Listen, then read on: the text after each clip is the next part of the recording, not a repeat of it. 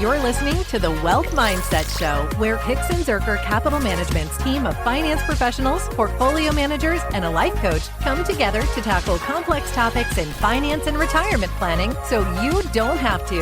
From investment strategies and wealth management to tax planning, retirement income, and aligning your money with your values and purpose, the Wealth Mindset Show offers the tools to thrive. All right. Hey. Welcome back to Wealth Mindset Show, where the Hicks and Zerker team helps you manage wealth, navigate retirement, and make smart decisions for a secure, meaningful future. I'm Austin Wilson, Director of Investments at Hicks and Zerker Capital Management. I'm Josh Robb, Director of Wealth Management at Hicks and Zerker Capital Management. Today, we're joined by Jessica Hinks, one of our advisors here, and she's going to help us talk about charitable giving and also donor advised funds and kind of what that looks like as we are kind of ending a year and heading into a new year, those things to be thinking about. It's one of my favorite topics, by the way. Yes. Charitable giving. Okay. But before we get to giving, Jess, what's going on?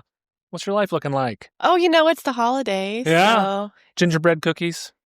I haven't made gingerbread cookies. We made, my husband made his famous peppermint schnapps cookies last night. Those are good. A while before that, I made those little Hershey Kiss blossoms, Yeah. I don't know if those are overtly Christmas, but we always make them around Delicious. Christmas. It doesn't matter when you make them. Those are good. So between making holidays magical for the family and tax planning season here at the There it office, is. It's a double whammy. 'tis the season. That's right. It's exciting. We did, those little pretzels and then you do a Rolo Oh, and yeah. M&Ms. Those are fun. I made those the other night and they were You really can make good. those for any holiday. Yes. Like for, Just change the Halloween, M&Ms on Thanksgiving, top. orange and yellow, Christmas, red and green, Valentine's, pink and red. They're good, easy, and they're so good.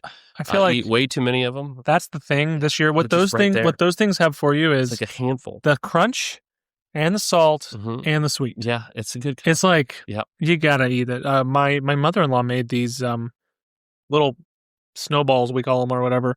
They're really kind of dense, dry things, but they're so flavorful and delicious. And they're so small that I feel like What's in I 'em? can't. Flour, sugar, butter. I think that's it. Flour, Okay. sugar, and butter.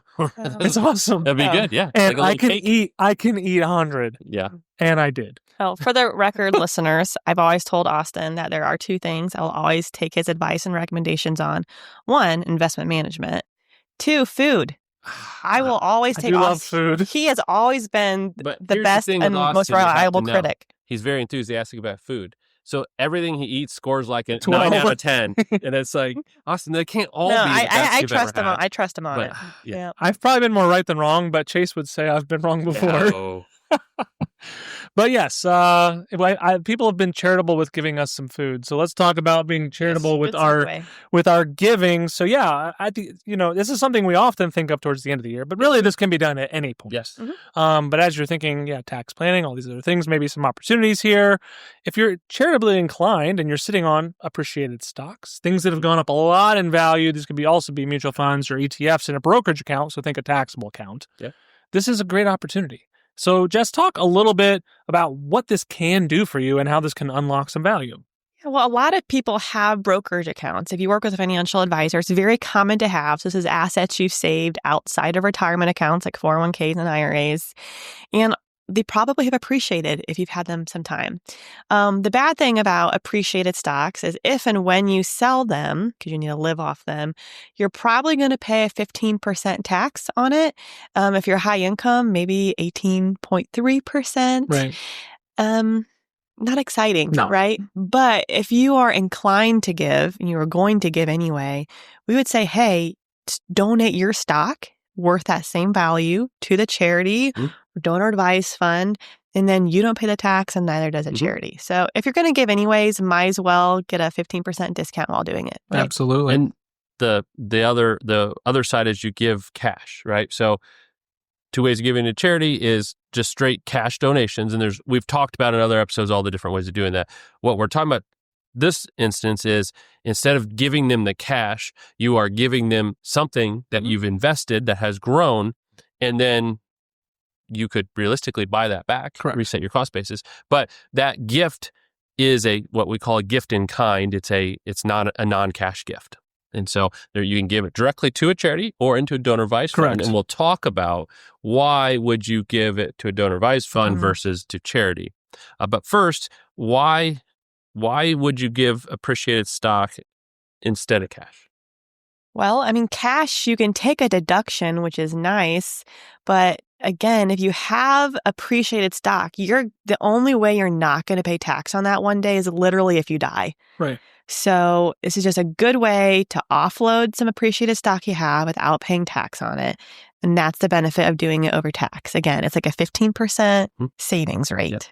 And if you take the standard deduction, you don't get to itemize your charitable giving. Right. Now, next year, $2,000. $1,000 per person. Right. If you Maybe file a couple. jointly, it's $2,000 Yep. that you can take as a charitable deduction. Now, that does have to be cash. Yeah, it does. It does. You can't do stock. So that is a way to get a deduction on your tax return from a cash donation to a charity. Yes. Not a donor advice fund, just straight to a charity. But if you have an appreciated stock, but you're going to take the standard deduction, that gift, although you don't get it deducted from your tax return, saves you the capital gain. You don't have to be an itemizer to get the benefit of gifting appreciated stock, Right. because anyone can get benefit from that. Right. So that's the biggest difference between the two, in my mind, is if I'm a regular person who takes a standard deduction, I may care about that charity and want to donate. If I give cash, they get a benefit. Next year I may, but up until this point, I wouldn't get any taxable benefit from that cash gift. If it's appreciated security, I don't get anything on my tax return, but I just save 15% on that tax I would have paid. Well, on those gains. and the charity doesn't pay tax, right? Right. So they're a They're not hurt nonprofit. at They're all. a It doesn't hurt them 501c3, at so all. it does not hurt them at Yep. all. So it's really just a way you go from you paying a decent chunk of tax to no one paying tax, which is That's not great.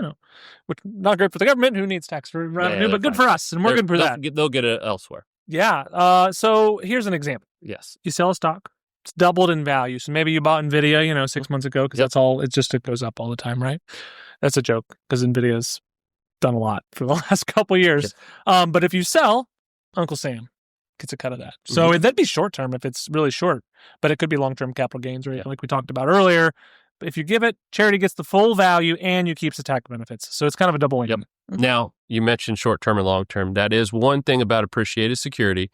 To get that reduction on the gains, it has to be a long-term security. If you donate a short-term security, you just get the basis. Yeah, so just don't. Just make sure it's There's a no stock. real benefit Hold it for a year. short-term. Yeah. Hold it long-term. a year. Hold Make it sure a it's year. a stock you've owned at least a year before you give it away. Yeah. Before we get back to today's topic, I wanted to take a quick moment to share something that could really help you on your retirement journey. At Hicks & Zerker Capital Management, we're all about making sure your financial life aligns with what truly matters to you. That's why we created the assessment, Are You Retirement Ready? It's over at hzcapital.com/quiz. It's a quick and easy quiz that helps you figure out how prepared you are for retirement. It only takes a few moments, and you might discover what you need to do before you retire, both in the financial and non-financial aspects. So if you're curious about how ready you are to embrace this new phase, head on over to the website and check it out. Again, that's at hzcapital.com/quiz. Now, let's jump back to our conversation. So talk next about how a donor advised fund kind of clears this up, makes it a little less murky. Yes. So if I wanted to, I could give directly to a charity, right? A lot of charities are set up to receive assets, appreciated security. Some do, like we're here in the Midwest. If you have corn or grain, a lot of times you can donate those to a charity as well. And they'll have structure set up to do it. But not all of them do, especially small charities. They don't know what to do with it. They'll be, I don't know how to receive this. So avoid that by putting that into a donor advised fund, which is a charitable fund that you manage. You get to help direct the money out. So you can put the security in, and then once it's in that donor advised fund, you can sell it, turn it to cash. That transition into the fund is where you get your credit. And then the donor advised fund then can give to the charity, and they are just giving a check or cash. So then it's easier for that small charity. And I want to reiterate, like Josh said, you totally can just give a share of Apple to one of your favorite local charities. But I've been calling a lot of charities over the last 10 plus years. 90% of the time you call, you're talking to someone who is very well-meaning but has no idea what you're talking about. Oh, we have a brokerage account. The guy who's in charge of it is out of town. Let's wait a couple weeks till he's back in town. Oh, I think there's a new account number. Don't know what it is. It's just so clunky. So it's just so much easier to go the donor advised fund route. That way you're not putting anyone out and having to wait. Yeah. And then as we talk about that donor advised fund, that's why giving directly to charities can be a hassle or a headache for them. The second one is a donor advised fund. Once the money's in there, you get that credit or deduction or whatever that you're going to get on your tax return. The gift can happen at any point in the future. It's not constrained to just that calendar year of the gift, which is very helpful, especially at end of year. If you're saying, oh, I want to reduce some taxes, I want to give some extra money this year because I have high taxes, you could put a bunch in a donor advised fund, take a big deduction off that income, and then give it out over multiple years. So the donor advised fund gives you so much more flexibility to give to multiple charities as well. So one share of Apple could actually go to 3 or 4 charities if you wanted to split it up, whereas giving one share, you can't easily split that between all the charities. Right. Yeah. So to give an example, maybe you sold a business this year, or you got a big bonus, sold a rental property, you have a really high income year. And maybe it's going to put you in a bad position where maybe you're going to get some IRMA, Medicare surcharges, or you're going to be in a really unfortunate tax bracket. Or maybe it's going to affect your health care. There's all kinds of reasons you can be penalized for having too high a tax. If you want to reduce your income, the donor advised fund is a great place to make one large gift to really reduce your income in 1 year. And to Josh's point, then over the next 10 years even, you can slowly give it out. Correct. So it's just a really unique and useful tool. I think something that's also cool about, we call them DAFs, donor advised funds, right, is that those funds can remain invested within the donor advised fund. And there's a number, there's oftentimes, depending on who you open your donor advised fund through, there's a select limited list of what you can invest in. But it's growing. So if you make that huge maybe contribution now to reduce your taxes this year, but you don't plan on giving that away all at once, you can give it away over a couple of years or whatever, you can invest that in index funds and all kinds of other things to grow during that time, which can, and as long as the market participates, which we know over the long term it does, actually make your giving even more beneficial. Yeah, it can be almost like creating your own endowment in a way, which is really neat. Yeah, that is really cool. Yep. So speaking of investing, so let's say I do want to give appreciated stock. Well, that may mess up my investments because I just got rid of those. So how do you keep your investments aligned with your strategies and where your targets and where you're trying to go for your long-term plan while doing this gifting? Yeah, that's a great question. So obviously you're going to be, maybe Apple's you're a good example, Jess. So you had a big Apple position and you like your Apple position. It may be, say it's 6% of the S&P 500, maybe it's 6% of your portfolio. You give those appreciated securities to your DAF or the charities in specifically, but you're left with a hole where you wanted that Apple to be in your portfolio. Well, you could then backfill it. More cash goes in, and you just buy it back, which what you're doing then is resetting your cost basis on Apple to today's value or today's cost, not what it was when you bought it years ago. You still have 6% of Apple, but all of a sudden your gains start today. They didn't start where it was. So you can just reset that each time you donate. And the idea is, if I was going to write a check to the charity, I have the cash. So instead of writing that check, I give the appreciated stock and use that cash I was going to get to buy that holding back. I always tell people, don't donate to charity just because of taxes. Only donate if you're feeling like you wanted to give anyways, and then just we can help you find the tax efficient way to do it. Because that would be silly. Yeah, absolutely. There's no way that the donation itself makes you money. It is tax savings, but that's only because you did an action, which was a gift away of your assets to a nonprofit. So you're right. It doesn't in any way make sense unless you are already planning on supporting that charity. Absolutely. And then at that point, optimize it so you get a benefit as well. So just talk a little bit more about, and just kind of wrap up the thoughts on why DAFs are good for not just the ultra wealthy. They can be good for anyone. Well, aside from all the tax benefits we just described, they're just so convenient. Your local community foundation, the Hancock County Community Foundation, has tools, a donor advised fund you can use. I know that supports the community. Fidelity has one. You can see it right there along with all your investment accounts. You can just log right in. Look up the charity you want to donate to, hit send, send it from one Fidelity account, your stocks, to the donor advice fund. You can set reoccurring gifts if you give to a church or anywhere regularly. It's just so simple. Yeah. Yeah. And what is also nice too, let's say I give to 10 different organizations throughout the year. tracking all those receipts is a headache. But if I put all the money in a donor advised fund and then gift to those 10, I have one receipt for my tax returns, which is the gift into the donor advised fund. So if you are one that does support many charities, you can simplify collection of all your tax documents by funneling it through a donor advised fund, because then that's the only trackable taxable action you need to be aware of. It's also a really good way you can give anonymously, Yes. but still get a tax benefit. Because once it's in a donor advised fund, you can name the fund whatever you want, and you can give to whomever you want. And a lot of the funds or the organizations allow you to do an anonymous gift straight from there. And so you get the tax return, you can be anonymous. For those of you who like to be like the Robin Hoods of the world. Yes, that's right. Do good in secret. Well, that is donor advised funds and charitable giving. And again, we mentioned that this is often something that comes to mind towards the end of the year, but really it can be done anytime.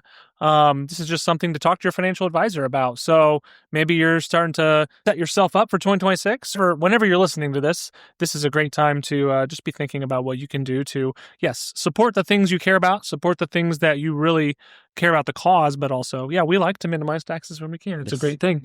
And if you can do both, hey, more power to you. So if today's episode sparked some interest, it was insightful for you, don't forget to hit that subscribe button on your podcast players so you don't miss any episodes. Make sure you follow us on social media. We do like to stay in touch with our listeners on social media. We're pretty connected out there as well. And if you're ready to invest with us or interested in what we do at Hicks & Zerker Capital Management, visit hzcapital.com and you can check out us there. Otherwise, have a good one, and we'll talk next time. Talk to you later. Thanks. Bye. Thank you for joining us at the Wealth Mindset Show, where we tackle the complexities of finance and life planning to help you align your wealth with your values. We hope today's conversation provided value and clarity as you navigate your financial journey.